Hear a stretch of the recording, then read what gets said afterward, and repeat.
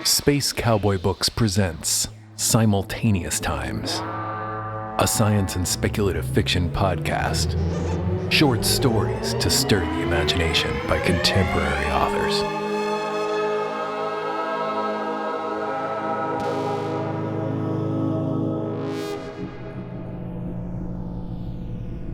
Reaction Shot by Todd Sullivan, with music by Fog Machine, read by Jean-Paul Garnier.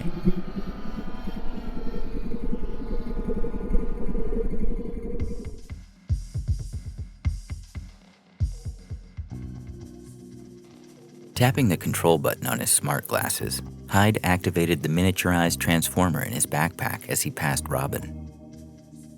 The coil wrapped around the magnet hummed to life and stripped the influencer's swarm from her. Hyde didn't pause. The client, as he called those he scammed, would immediately know that the hundreds of nads no longer followed the designed configuration around her. He slipped through the tide of commuters in Gangnam Station and turned left into a new wave of people pouring up the escalator. Ahead of him was the parenting facility where his senior technician would be waiting with the hive. He knocked on the only bathroom door that could be locked in Gangnam Station, and his senior technician let him in. Synchronizing their actions, Hyde turned off the transformer and his technician turned on another in the metal box, and the teeny cameras no bigger than gnats swarmed into the hive. Did we get them all? Hyde tapped the side of the smart glasses to scroll through the entire electromagnetic spectrum in search of any lingering nads. Every last one, and the client has realized something's wrong. He pointed to the wrist display around his forearm. She's placing the call. Over the past month, he'd sent emails spoofing Horde, the medical company that had created the NAD's nanotechnology. Once used solely for eliminating tumors in cancer patients by injecting life-saving medicines directly into targeted cells, Horde had re-engineered the nanobots to form teeny recording sensors for wealthy social media users. Tethered to an electromagnet the influencer carried, the NADs could be set to a designated configuration so they swarmed around the user, taking shots and streaming content from every conceivable angle. Hyde had fabricated daily missives similar to what Horde sent their users concerning updates to terms and conditions. All he needed was for a potential client to click on a fake link, which then uploaded a program in the system that popped up in the event of the swarm being stripped away.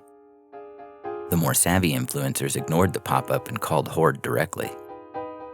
Others, who panicked over the sudden loss of their live streams, reached out to the first sign of assistance that flashed on their screen. Hyde had predicted Robin would do the latter. Life seemed a daily buffet of novel experiences to her, and she often had a large number of nads trained on her face to catch reaction shots. She'd gained 4.3 million followers who had become enamored by her childlike features. Her innocent eyes, cherubic expressions, and shining red hair captivated her audience. Hyde answered her call. "This is Horde. How may I help you?" "My swarm. I've lost connection to my swarm." "I'm sorry to hear that. Please remain calm, and we'll do all we can to assist you. How long have you been disconnected from your swarm?" "It just happened. My subscribers are flooding my feed. They're so worried." "Yes, we understand their concerns. I'm going to help you locate your swarm. Sometimes, if there's a strong electromagnetic field in the vicinity, the swarm will be stripped to that source. The first thing to do is discover their location. You can try and do that yourself." "I've already tried." Hints of a whine made her normally upbeat voice tremble. "They've just disappeared." "Ah, I understand. There are additional ways that you can find a swarm. I'm going to send you a link, and just click on it. This will give us remote access to your system." Hyde sometimes lost clients at this point. People loathed remote access to their systems. But the technology controlling swarms was complicated, and many of the influencers were pre-teen, newly rich, and ignorant on the nuanced operation of NADs. Hyde gave the senior technician a thumbs up and sent Robin the link. She clicked on it immediately.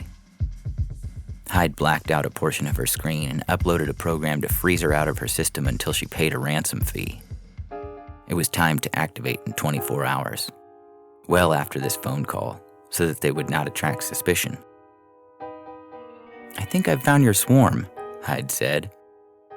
"It was stripped by a magnet in the rails. With just a quick call to station maintenance, I can free them now." Hyde nodded to the technician. They placed the box on the floor, set the time lock, and stepped outside. A minute later, the box sprang open and the nads swarmed out. "Thank you so much for your help, for being so fantastic. I would like to thank you live. Would that be okay?" Hyde, surprised by the request, glanced at his senior technician. "I'm sorry, but we're nowhere near your location. You won't be able to stream us on your feed." "Oh, not on my regular channel." An invitation popped up on the screen of Hyde's smart glasses. "This one is for paying subscribers only. It's very exclusive. Only other influencers have access to it." Hyde stopped short. The digital room had a still shot of him walking through the subway station. "How did you—" he began. Robin laughed. "Look behind you," she said, and through his lenses he saw the swarm was following them, a cloud of minuscule sensors uncoupling to the nano-size they'd been designed for when battling cancer. "This channel is where I punish scammers preying on influencers." The cloud enveloped him.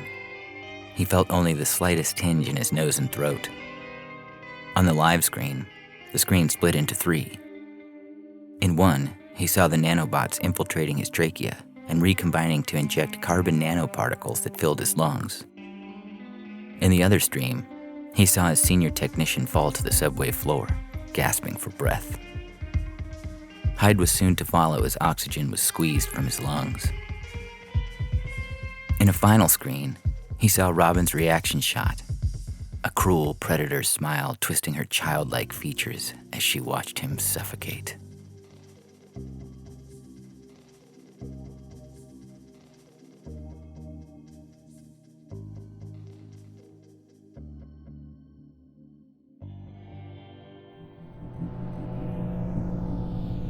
The Two-Faced Miracle of Justice Father Wynn by Susan Rukeyser, with music by Red Blue Black Silver, read by the author and Jean-Paul Garnier.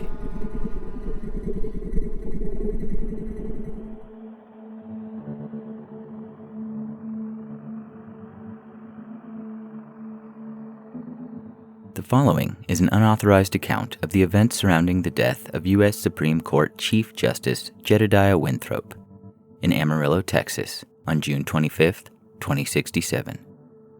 It relies heavily on the diaries kept at the time by his law clerk, Missy Ginsburg.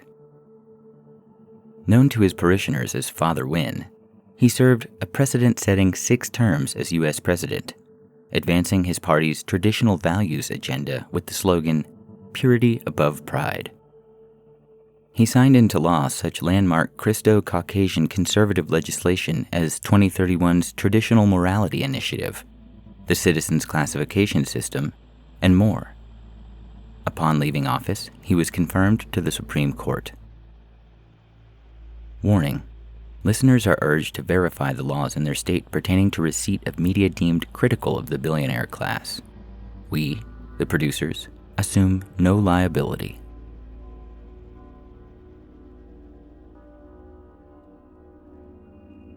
The Supreme Court's term was finally over, its orders and opinions downloaded to every citizen's implant. Predictably, riots erupted. They could be heard even deep inside the building, in the office of Chief Justice Jedediah Winthrop. Before the military was dispatched to clear the protesters, Justice Winthrop reportedly said, "Maybe it's time to remind these losers what made America great again." Through the bulletproof glass walls of his office, Winthrop watched his law clerk, Missy What's-Her-Name, pull on a coat to go home. He waved her into his office. She was young, still classified breeder potential, so he had to watch out for her lies. He said, "Shred everything before you leave tonight." "Yes, sir," she said. but he saw her shoulders drop with disappointment. "I'm headed to the hangar. Did you manage to program my Earth-to-Sky bus correctly this time? Remember Christmas recess? Instead of waking up on my island in the Caribbean, I found myself halfway to Portugal.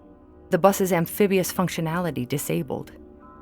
If I hadn't noticed, I would have eventually just dropped into the ocean and drowned." Again, she said, "I'm sorry for what happened. This trip tonight is double confirmed.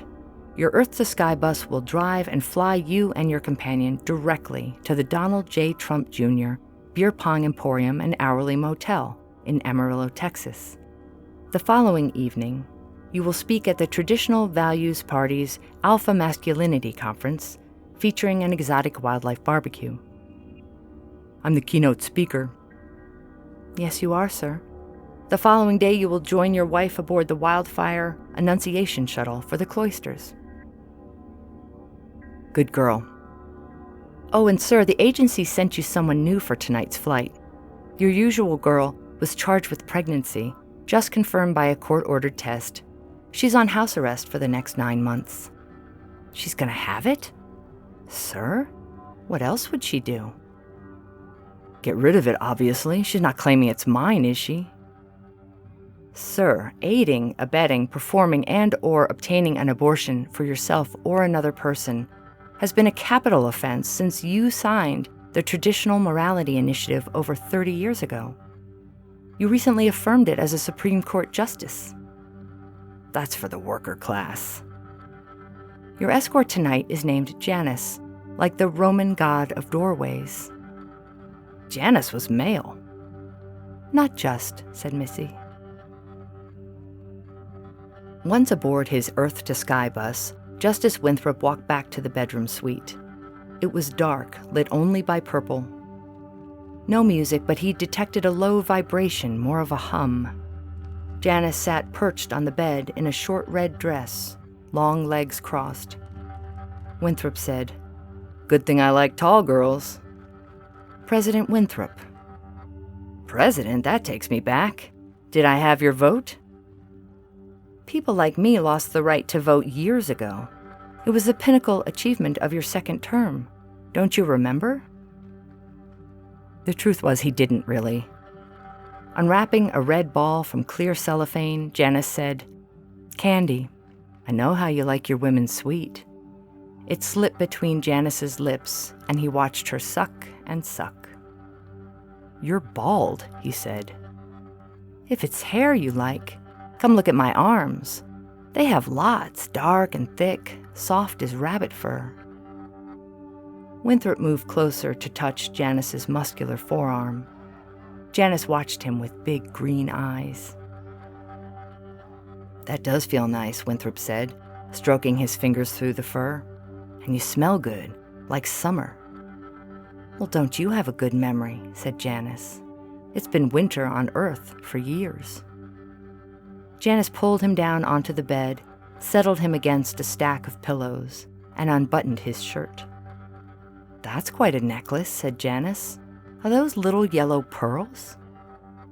"Holy relics," said Justice Winthrop. "The teeth of my idol, the late, great Brett Michael Kavanaugh, a martyr for Christo-Caucasian conservative values. I won his teeth on eBay."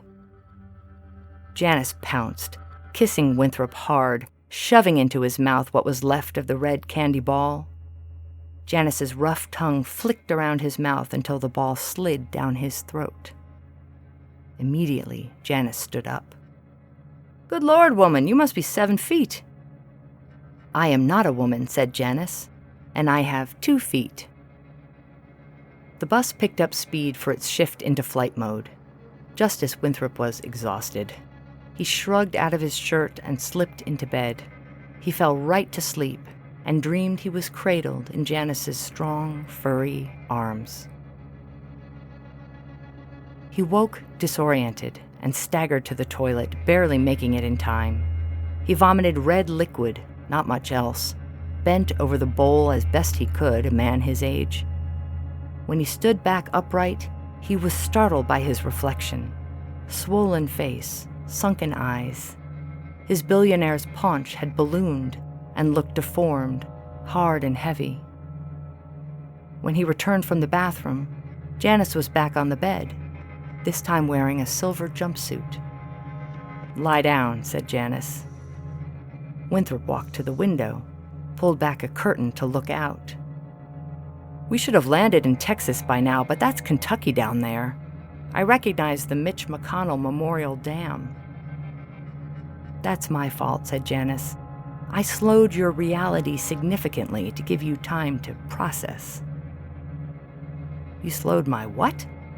My stomach is killing me. I need something for the pain." "We have zero tolerance for drug use by our breeders." "Excuse me?" "It is illegal for you to ingest anything potentially harmful to our baby." "Our what? You're insane. Men can't get pregnant." "That is not strictly true," said Janice. "Who put you up to this? Was it my law clerk, that Missy what's-her-name? I knew she was up to something. I have a speech to give tomorrow." "You'll be there," Janice said. "I coordinated everything with Missy Ginsburg." "I have rights, you know." "Fewer now." Winthrop kicked off the covers. His belly was bigger than ever. He stripped off his pants, boxer shorts, everything. "I don't care what you see," he wailed. "I'm in agony. Get it out. I want everything back the way it was. I can make my own choices. Get me to a hospital. I want my stomach pumped." "I'm going to pretend you didn't say that. As you said in your first inaugural address, let only God abort." Winthrop wasn't listening. "The pain comes in waves but never stops. It wraps around my body and grips my back like a vice." Janice made an exasperated sound like a hiss. "The Rebels Mall prefer stoic male breeders. We intend to decenter your needs." "The Rebels who?" "The Rebels Mall, MAWL, Misandrist Activity Watch List. You assigned many workers to it over the years." "The first woman I loved was added when she embarrassed a male coworker. I was added for loving women." "I don't have time for this." "You should have thought of that before you raked your fingers through my fur or took my candy in your mouth." "How dare you!" "I'm not the one who got knocked up. Don't get hysterical." "What was in that candy?" "I think you know." Soon, his belly was so big that Winthrop could only lie on his side, although no position was comfortable. When he drifted off to damp, fitful sleep, he dreamed he was no longer on his Earth-to-Sky bus, reality paused over Mitch McConnell's dam, but in a spaceship, far above Earth. He dreamed he was examined by two enormous cats on hind legs wearing surgical scrubs. They stood over him and stared. When he woke again, Janice's face was inches from his. "Wake up. We just landed in Amarillo." "I don't feel well and I look like hell," Winthrop said, a few frustrated tears darting down his red cheeks. "I'm not giving that speech." "You will do as you're told," said Janice. "Who are you to deny the world a miracle?" By the time they entered the busy lobby of the Donald J. Trump Jr. Beer Pong Emporium and Hourly Motel, Justice Winthrop could barely walk. Janice helped him through the crowd. They drew attention, 7-foot-tall Janice in a silver jumpsuit, and Justice Winthrop shirtless and sweaty, heavily pregnant. They heard whispers. "Is that? He looks awful. That sure ain't his wife. Pregnant? At his age?" The banquet room filled with billionaires. Janice helped Winthrop through the crowd. Everyone was shocked by his condition. He labored up onto the stage, panting and sweating. There was hesitant applause. "Thanks to my friend Donald Trump Jr. for hosting us today," he said with some difficulty. "He upholds the legacy of his late father, may he rest in peace. Although I doubt he can, considering what those women did to him." He stopped. His body convulsed and he vomited red liquid all over the lectern. Everyone in the audience saw his monstrous baby bump move up into his throat. "It's time," said Janice. Winthrop gagged and clawed at his neck. His necklace broke and Brett Kavanaugh's teeth scattered across the floor, sticky with beer.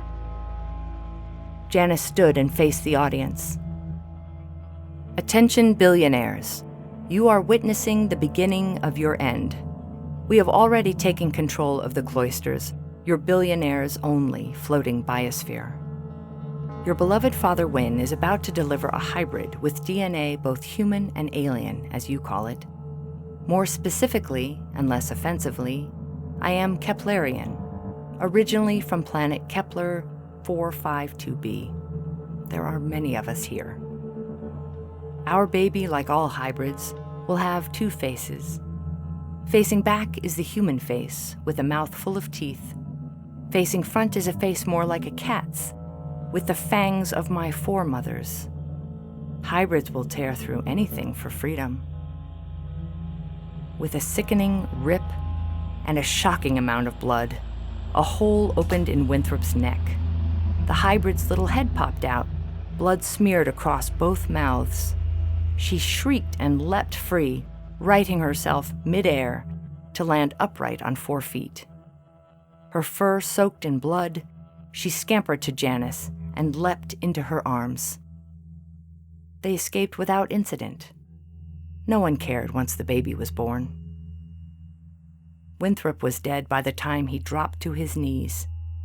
Rumors persist that he was later grilled and eaten by kitchen staff who refused the elephant and manatee served to guests. Janice and the baby settled into their seats aboard the Wildfire Annunciation shuttle, which would soon depart for the cloisters. Everyone wore silver jumpsuits, human, hybrid, and Keplerian. Many held hybrid babies, just born through the necks of men like Justice Winthrop. Janice sent a text. "Missy, where are you?" The reply was immediate. "Be there soon. Love you." Janice greeted Missy with a kiss and whispered that she looked hot in her silver jumpsuit. The baby sprawled across their laps. They held hands, a human and Keplerian who would be married in another, better time. 25 engines roared beneath them. White smoke billowed and they were off, launched towards the cloisters. Below them, Earth got small.